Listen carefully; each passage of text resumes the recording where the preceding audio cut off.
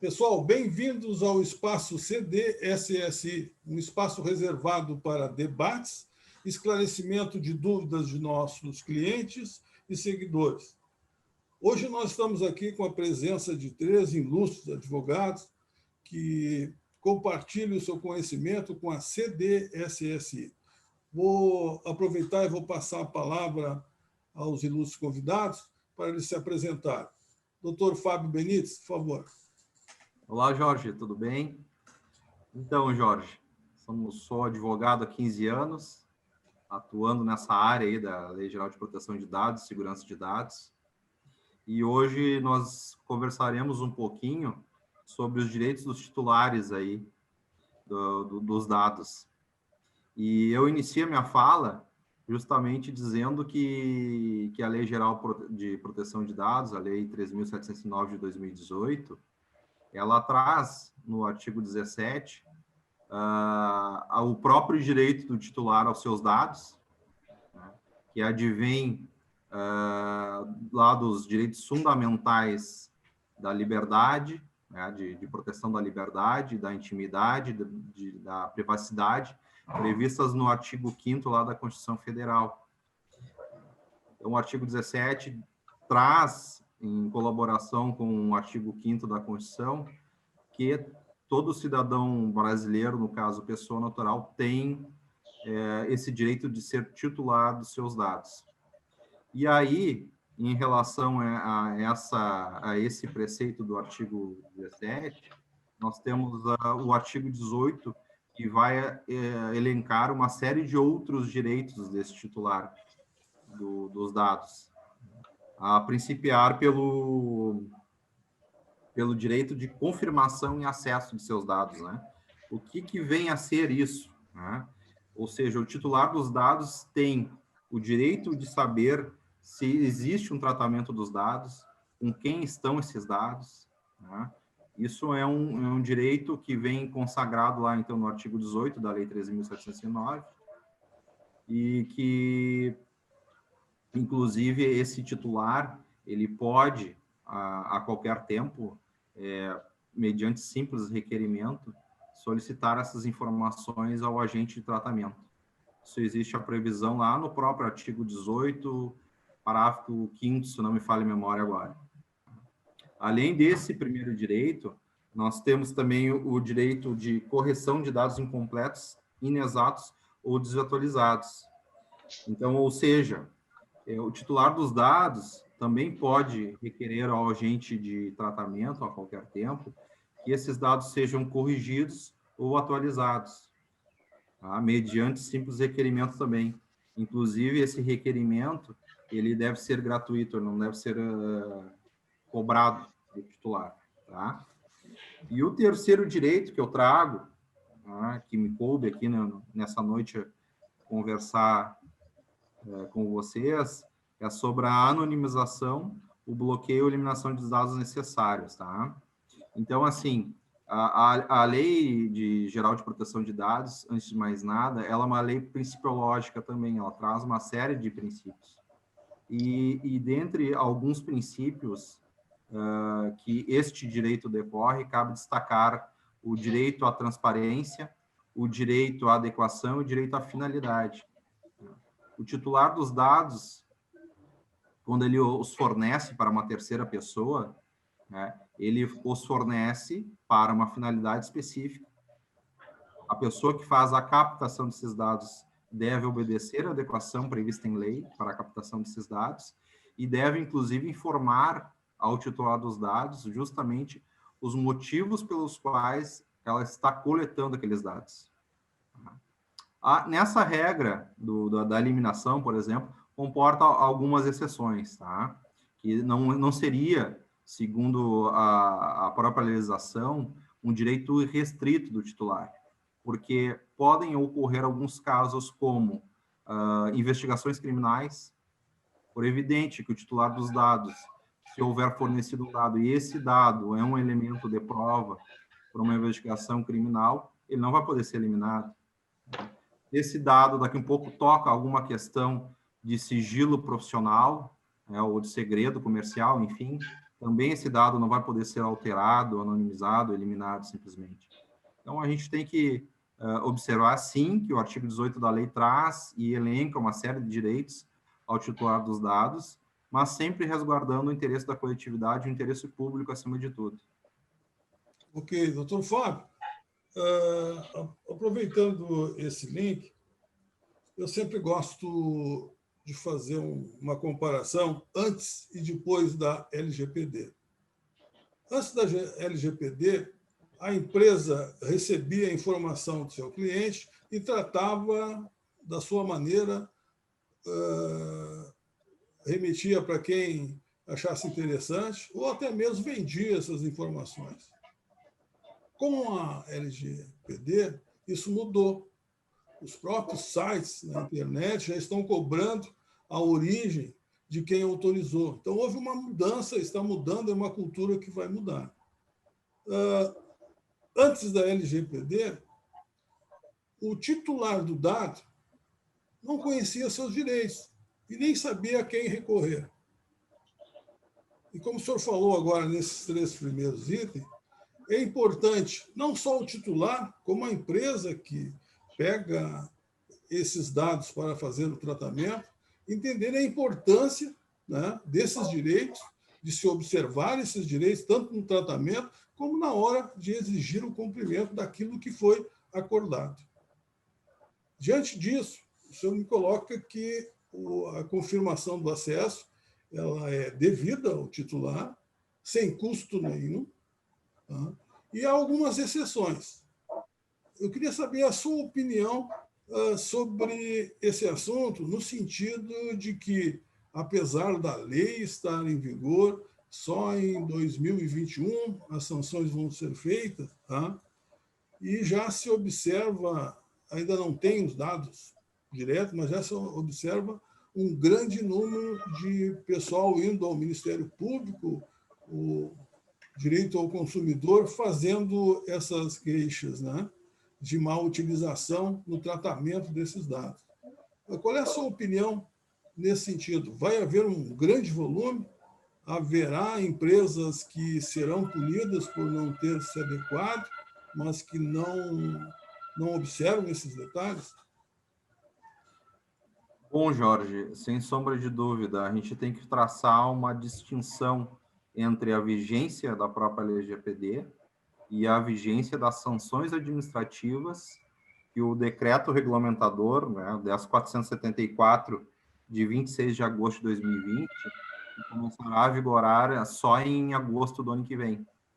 Ou seja, a circunstância das sanções administrativas não estarem vigendo ainda não significa que a conduta da pessoa que recebe os dados, né, ela não pode ser tipificada como um ilícito previsto na lei.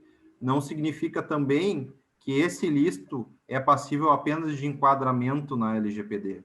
Tá? A gente está falando aqui da Lei Geral de Proteção de Dados e a gente está falando de sanções administrativas que serão melhor observadas e tipificados pelo decreto regulamentador. No entanto, a gente pode estar falando de ilícito penal, a gente pode estar falando aqui de dano extra patrimonial, né? Ou seja, a vigência da lei não excusa o empresário ou o controlador, o operador, o encarregado, todos os agentes implicados nesse processo, né, de deixarem de observar a Lei Geral de Proteção de Dados. Ela já está vigorando. Então, é importante que isso seja observado, sim. É importante, sim, que a política de tratamento já esteja em andamento, né, e que todos os preceitos que a norma, que a LGPD, no caso, traz em seu bojo, sejam totalmente observados. Ok. Passar a palavra agora para o doutor Hermen, para as apresentações e já dando seguimento na sua pauta. Olá a todos, aqui eu saúdo o doutor Fábio, o doutor Miguel e o Jorge, nossos prezados companheiros aí nesta noite de debates. Bastante interessante o assunto de hoje, os direitos dos titulares dentro da LGPD. Já muito bem explorado esses primeiros argumentos, e a mim incumbe, um advogado aqui de Campinas, que atua em nome da Estratégia Consultoria e habilitado já a implantação da LGPD, né, continuar falando sobre os direitos que estão capitulados no artigo 18 da Lei Geral de Proteção de Dados. É importante que nós consideremos que a autodeterminação informativa prevista lá no artigo 2º da lei, ela traz esse argumento, é um fundamento, né, e vem reforçando com esses direitos que nós temos hoje a oportunidade de discutir e de apresentar, né? Então, um dos direitos bastante importantes que a lei permite ao titular é o direito à portabilidade do dado. Portabilidade é aquela possibilidade que há de o dado ser transferido de um controlador a outro controlador, de um ente uma empresa que tinha domínio deste dado, tinha o armazenamento deste dado, tratava este dado para uma outra empresa que vai desenvolver a mesma atividade com o mesmo dado. Importante que a gente considere que a portabilidade ela traz em si algumas considerações. Aqueles argumentos da entrega do dado, se foi por consentimento, se foi em razão de um contrato, ele vai ser transferido em igualdade, em paridade para esta outra empresa que vai controlar esse mesmo dado do mesmo titular. Importante que nós entendamos que esta portabilidade ela se faz principalmente quando você tem um prestador de serviço. Exemplo aqui, um plano de saúde. Eu possuo um plano de saúde contratado numa determinada empresa de oferta do serviço de plano de saúde. Quando eu migro para outra empresa, os dados que foram armazenados, que foram entregues à primeira prestadora do serviço, serão portados para aquela nova empresa que eu passei a contratar, né? Situação relativa a esta condição pode acontecer dentro de uma empresa. Sou eu, trabalhador de uma empresa, que me oferece plano de saúde, um auxílio refeição, um cartão, esses cartões hoje tão comuns, né? De serviços. Eu trabalho numa determinada empresa, esta empresa tem um contrato com terceira empresa prestadora do serviço de fornecimento de um cartão de alimentação.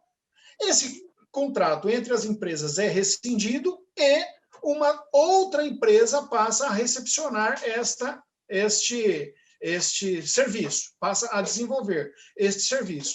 O que é que nós temos que considerar? A portabilidade dos dados. A primeira empresa, que já não mais presta o serviço, deve transferir todos os dados com os mesmos direitos aderidos a ele. O que foi ofertado é que vai passar a ser tratado no novo ambiente. Isso, então, é o que nós temos a dizer sobre portabilidade, né? Adere aos dados toda a gama de atributos que ele recebeu na primeira empresa que os recebeu. Um segundo direito com o qual teremos que trabalhar hoje é o direito da eliminação dos dados. O direito da eliminação dos dados ele é importantíssimo. Ele parte da premissa de que, dado um consentimento, eu posso retirar este consentimento. Ou, assumido uma responsabilidade de tratamento de um dado em razão de um contrato, não havendo mais a natureza, ou melhor, o argumento que permitiu aquele tratamento de dados, pode ser retirado o atributo de tratamento conferido para aquele dado. Bem, então, importante nós considerarmos que dentro do argumento da eliminação dos dados, temos que ter em mente o que está preceituado, não só no artigo 18, em relação ao direito, mas aquilo que consta do artigo 16, que são as exceções para que se retire as concessões que foram dadas relativamente ao tratamento do dado. Então, cumprimento de uma obrigação legal. Este é um argumento, né, que diz que, a despeito de eu pretender retirar o consentimento do tratamento do dado, pertence àquele que trata, ao controlador, o direito de se manter com o dado sob a alegação de que ele tem que dar atenção a um argumento legal. Estudo de órgão de pesquisa. Veja só, normalmente estes dados eles são carreados em órgão de pesquisa público. Então, nós temos lá IBGE, que tem uma gama de dados importantes sobre a população e que eu não tenho a possibilidade de dizer que eu não quero que o meu dado seja tratado, né? Então, são algumas condicionantes, algumas exceções constantes do artigo 16 que influenciam diretamente este item, né, da possibilidade do direito de eliminação do dado constante do artigo 18 que inviabilizam a prática. Bem, por fim, um direito que a gente tem que trabalhar com muita ênfase é a revogação, né? A revogação do consentimento. Bem, este argumento ele é muito importante, porque consentimento, a própria legislação, ela traz as condições que será praticado o consentimento, existe a necessidade de ser livre, existe a necessidade de ser expresso, pode ser escrito, pode ser por vídeo, pode ser por um ato, né? Mas tem que ser praticado por quem concede. Argumento importante: o consentimento não pode ser genérico e para a totalidade, né? Então, o que é que nós temos que considerar relativamente a este argumento genérico? Eu não posso pedir num site, num pop-up ou num cookie que, para a concessão de acesso a um determinado site, eu conceda a eles o direito de invadir a minha privacidade em todo o espectro de dados pessoais comuns ou sensíveis que eu tenha, e, por conta disso, ele vai poder ter autonomia sobre o meu dado. Não, o consentimento não é isso. O consentimento é liberdade, é um direito inerente ao titular, que ele diz se quer ou se não quer ver o seu dado tratado, se ele quer ou se ele não quer, que continuem tratando o dado nas condições em que foi estabelecido inicialmente, e fica sujeito apenas a essas exceções do artigo 16. Bem, importante, a revogação do consentimento tem que ser feito por uma petição, mas ao usar o termo petição parece um argumento maior. Não, é um documento simples, não oneroso, não pode ter custo, né? A pessoa tem que ser um meio facilitado, um canal em que uma simples manifestação do interessado, do titular do dado, vai permitir que o controlador saiba da intenção e que promova, né, a revogação do consentimento, ok? Existem aí algumas situações.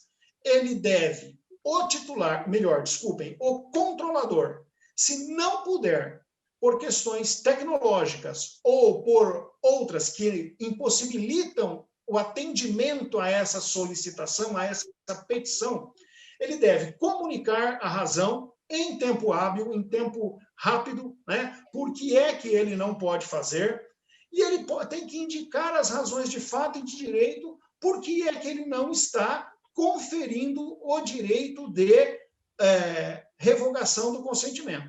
Muito embora temos que dizer que essa revogação pode ser buscada ainda pela via judicial. É isso que temos a falar sobre os 3 direitos que nos incumbem. Doutor Heber, muito obrigado. Eu confesso que entendi tudo. Eu, como leigo no direito, estou apto a reivindicar meus direitos e atender os direitos dos titulares dos dados que a CD, SSI trabalha. Mas, aproveitando as suas colocações, principalmente no último item, que é a revogação, um questionamento que recebi essa semana de um colega que foi à farmácia e, ao comprar um remédio, foi solicitado CPF. E ele perguntou, pô, pela nova lei, eu só quero o remédio, né? E não precisa estar dando meu CPF. Não, mas se eu não der o CPF, você não vai ganhar o desconto. E ele viu que o desconto era bem substancial. E aí ele foi, mas ele não fez acordo nenhum, não assinou nenhum, ele deu o CPF. Isso é legal, doutor? Nós temos que entender um argumento legal. A finalidade. No momento em que é solicitado o CPF e ele entrega este dado, de certo modo, ele está concordando que para receber o desconto, ele precisa fornecer o CPF. Porém, tem que aparecer uma pergunta: finalidade.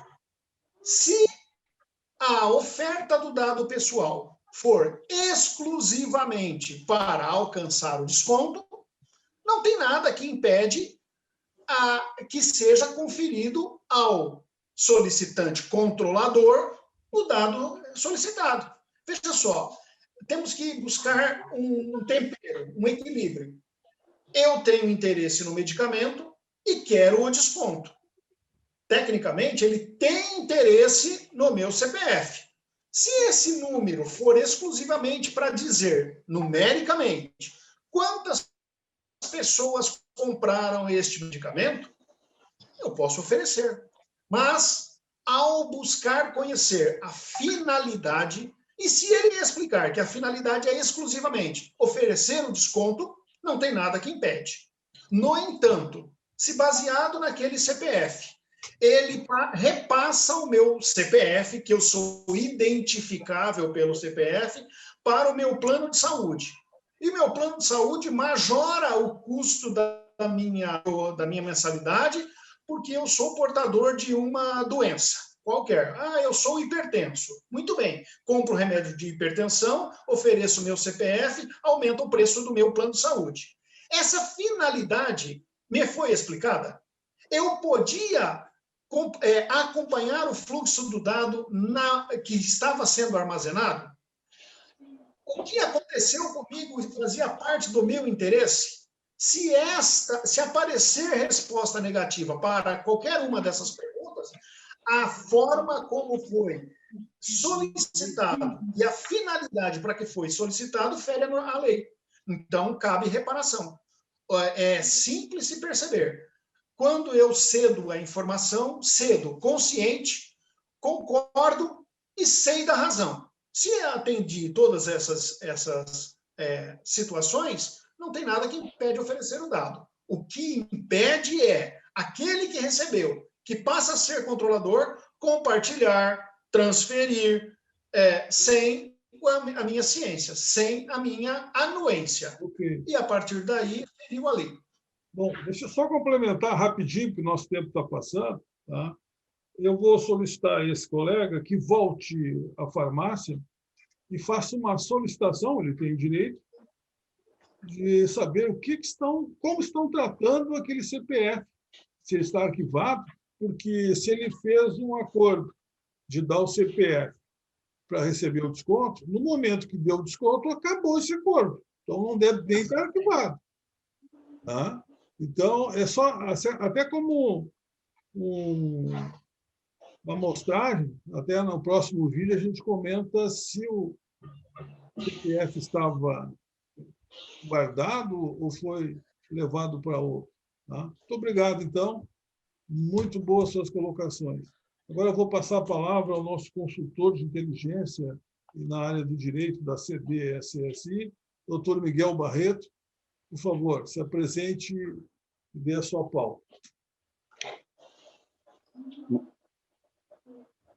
Prezados colegas, doutor Evelyn, Fábio Benites e Jorge Ribeiro, sou Miguel Barreto, como o Jorge acabou de citar, sou consultor de inteligência na área do direito da CDSSI, sou formado pela Pontifícia Universidade Católica em 1985, faz um certo tempo, né?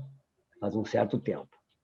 E estou aqui agora para tecer breves comentários na continuidade do tema aqui abordado, que são os direitos dos titulares dos dados previstos no artigo 18 da Lei 13.709.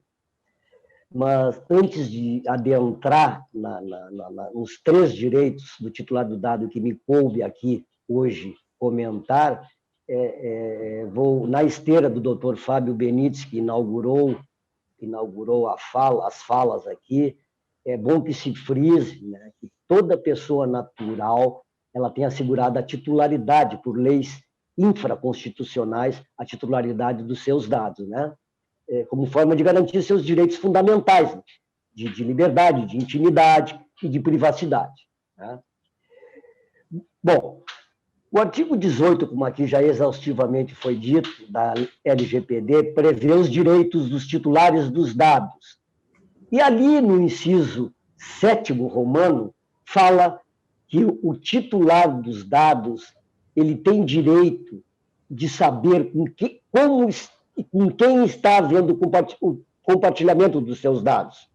Como ele tem o direito de obter informações de entidades públicas e privadas com as quais o controlador realizou o compartilhamento dos seus dados, né? E aqui vem muito um dos princípios que não é citado na LGPD, mas que a boa doutrina nos ensina, que é o princípio da transparência.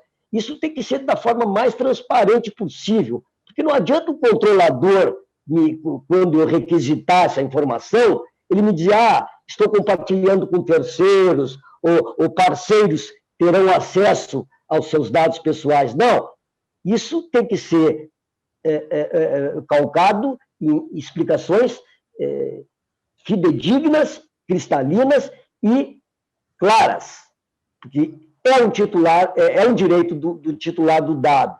Isso é um direito inalienável dele, que veio ser agora regrado com mais ênfase pela Lei Geral de Proteção de Dados. Um outro direito previsto, eu não vou saber o inciso romano agora, e que, em última análise, se reporta ao direito à explicação, né? Ele tem direito a obter do controlador de dados informações sobre a possibilidade de não fornecer o consentimento e sobre as consequências dessa negativa de não fornecimento, né? Ou seja, ele também tem o direito de obter informações sobre a possibilidade e as consequências dessa negativa, de ele negar de fornecer, certo? De não fornecer o seu consentimento sobre determinada operação de tratamento de seus dados pessoais, né?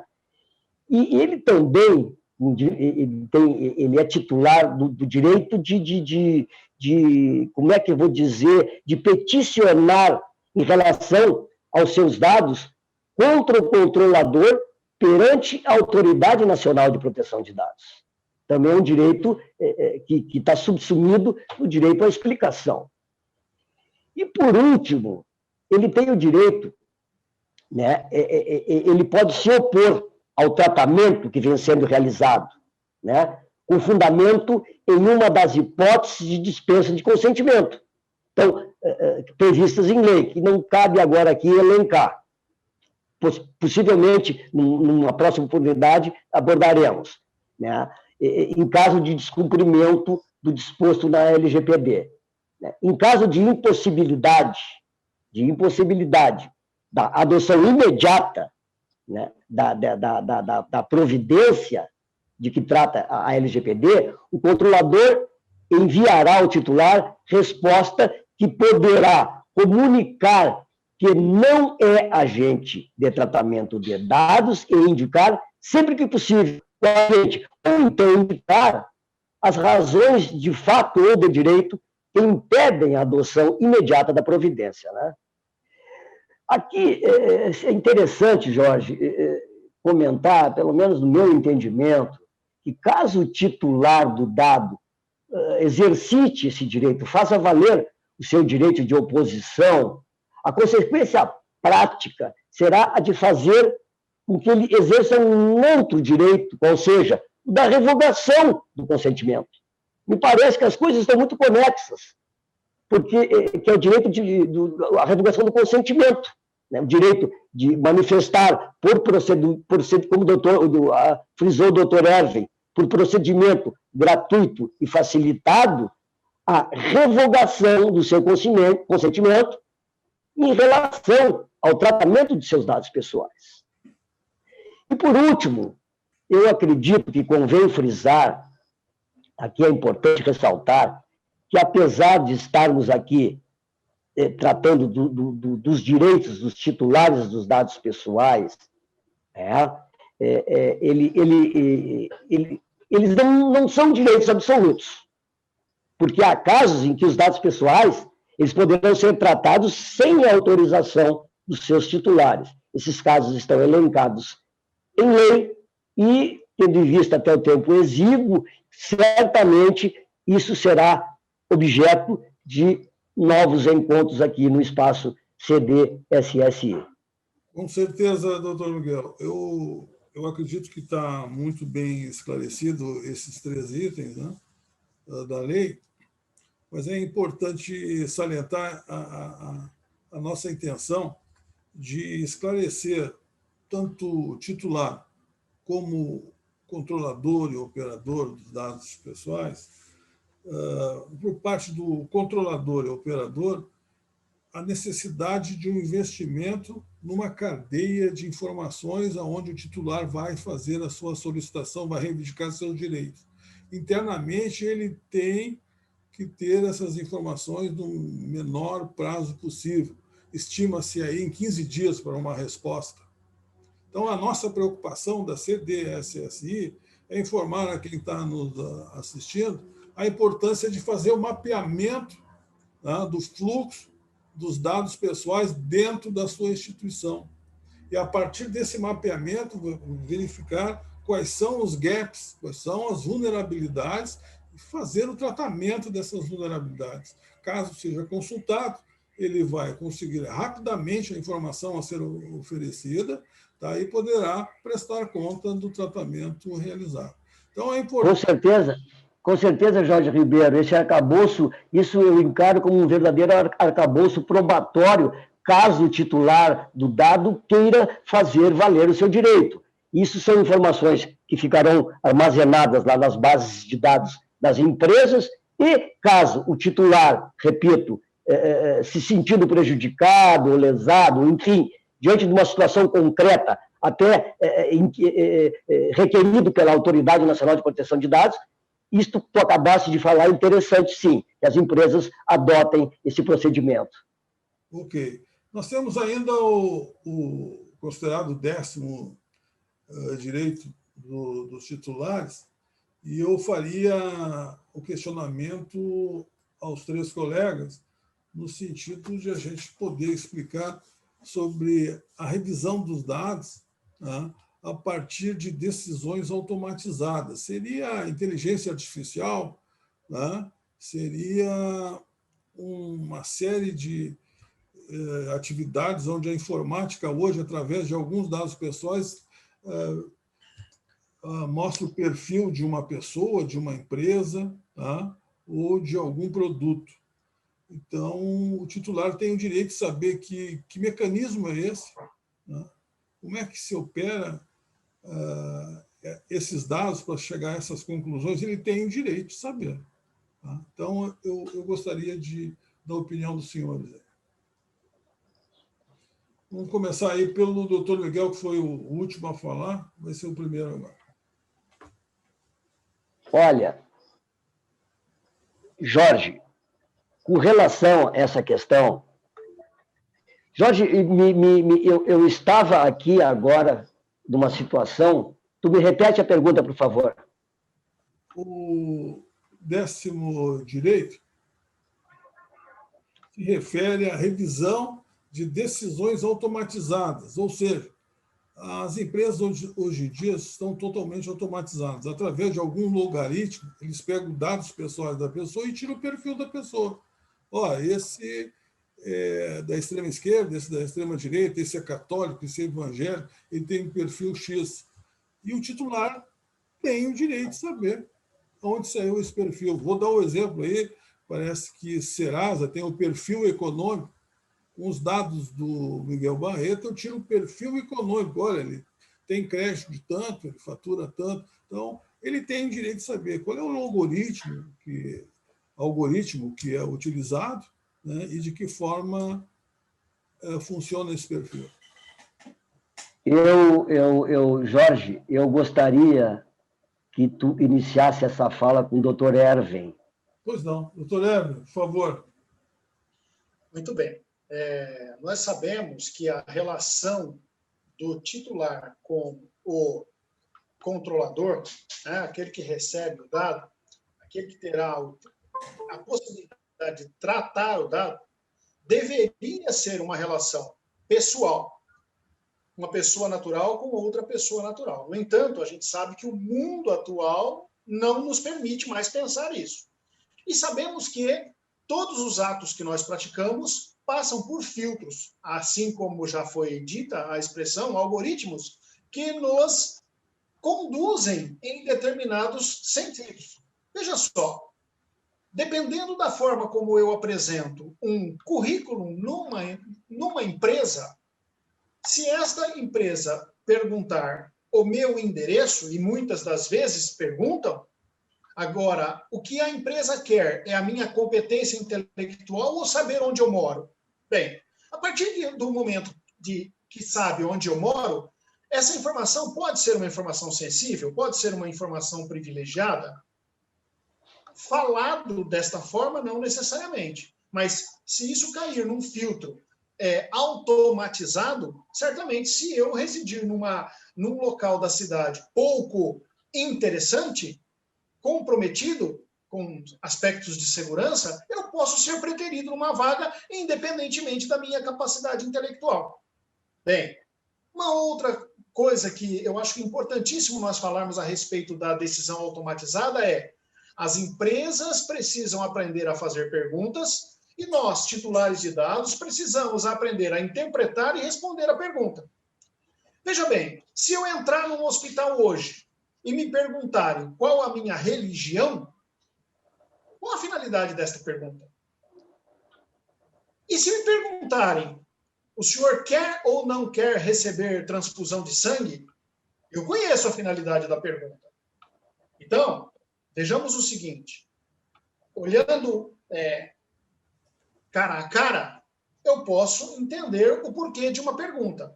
Muitas das vezes, quando esta pergunta, esse dado me é questionado através de uma forma automatizada, a clareza pode não ficar evidente. E a revisão desta informação é de extrema importância. Imaginemos que um dia eu entrei num hospital e tive esta pergunta. O senhor, qual a sua religião? E eu me declaro de uma religião que eu não posso receber transfusão de sangue. Eu digo.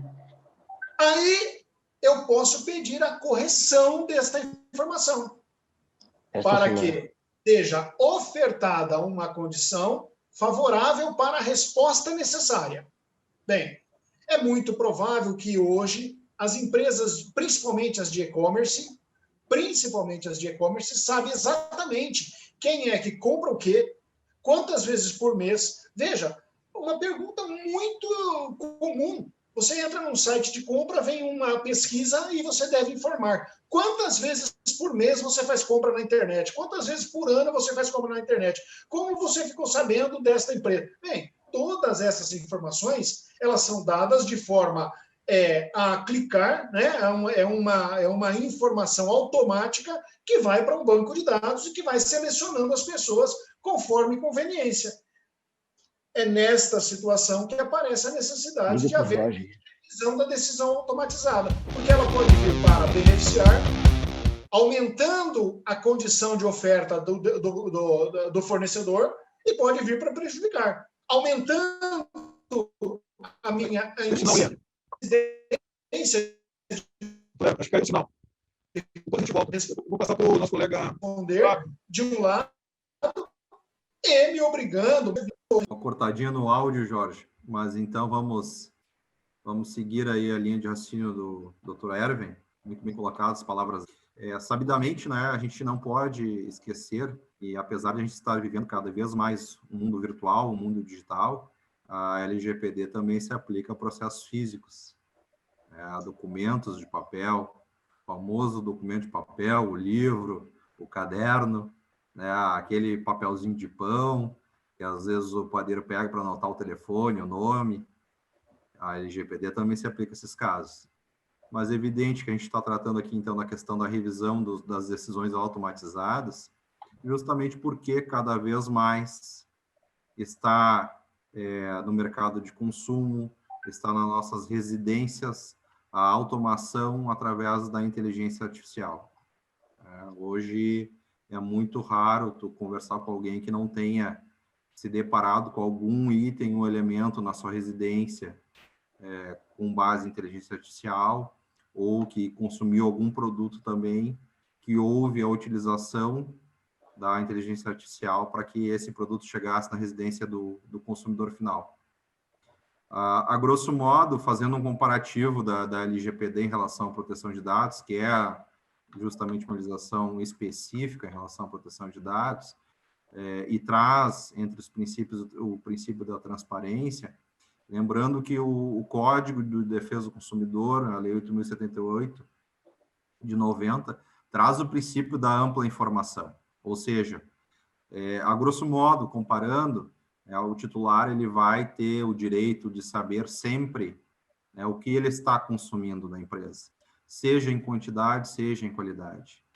E transportando isso, então, para a linguagem da Lei Geral de Proteção de Dados, né, não seria diferente entender justamente o que essa inteligência artificial utiliza como parâmetros de pesquisa, como parâmetros indexadores de sua decisão, quais são esses dados, quais são esses elementos que acabam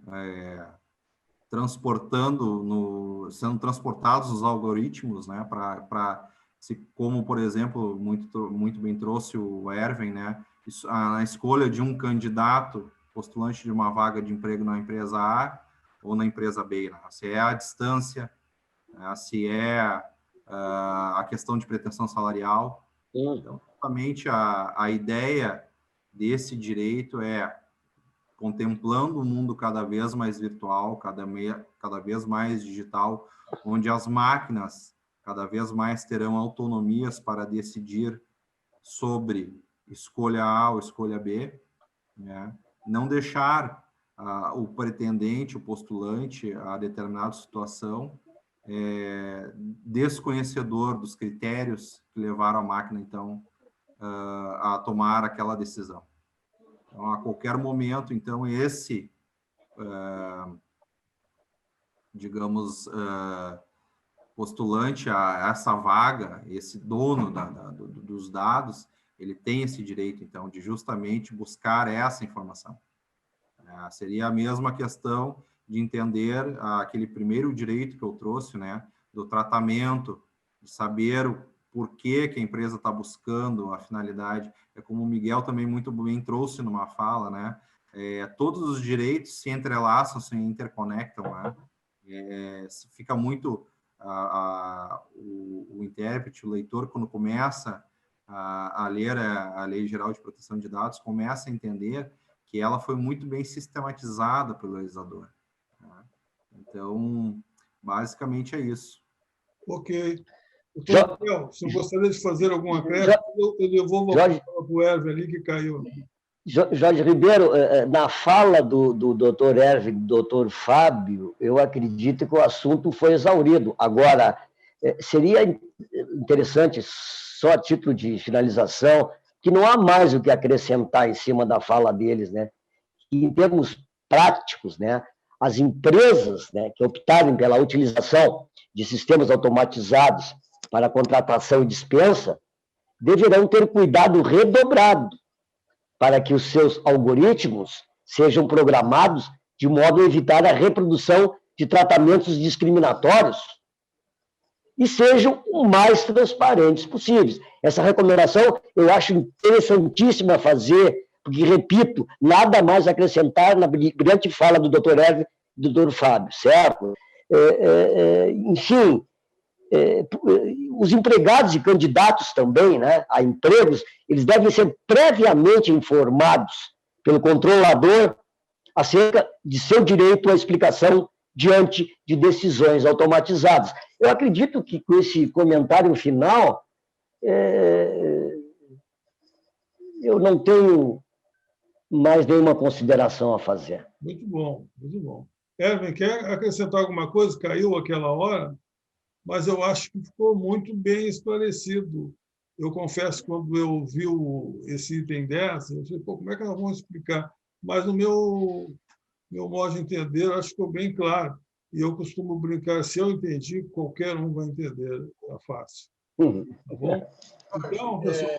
Só dizendo, eu já havia encerrado quando caiu. O Hervé, quer falar alguma coisa? Estou dizendo que eu já havia encerrado quando caiu, e certo. a gente percebeu e passamos a palavra para o Fábio. Tá. Muito obrigado. Então, pessoal, eu dirigi agora ao pessoal que está nos ouvindo. Na gravação anterior, nós falamos de dados pessoais, dados sensíveis, os principais atores, que eram os controladores, operadores, o DPO e o titular dos dados pessoais. São aqueles que são os donos dos dados. Hoje fica mais claro ainda com essa explanação dos doutores aqui presentes sobre os direitos do titular. Então, fica a grande mensagem aos empresários e empreendedores que estão nos ouvindo. Arrume um espaço de tempo e investimento em mapear o fluxo dos dados pessoais tratados por sua empresa, a fim de sanar as dúvidas do titular do dado.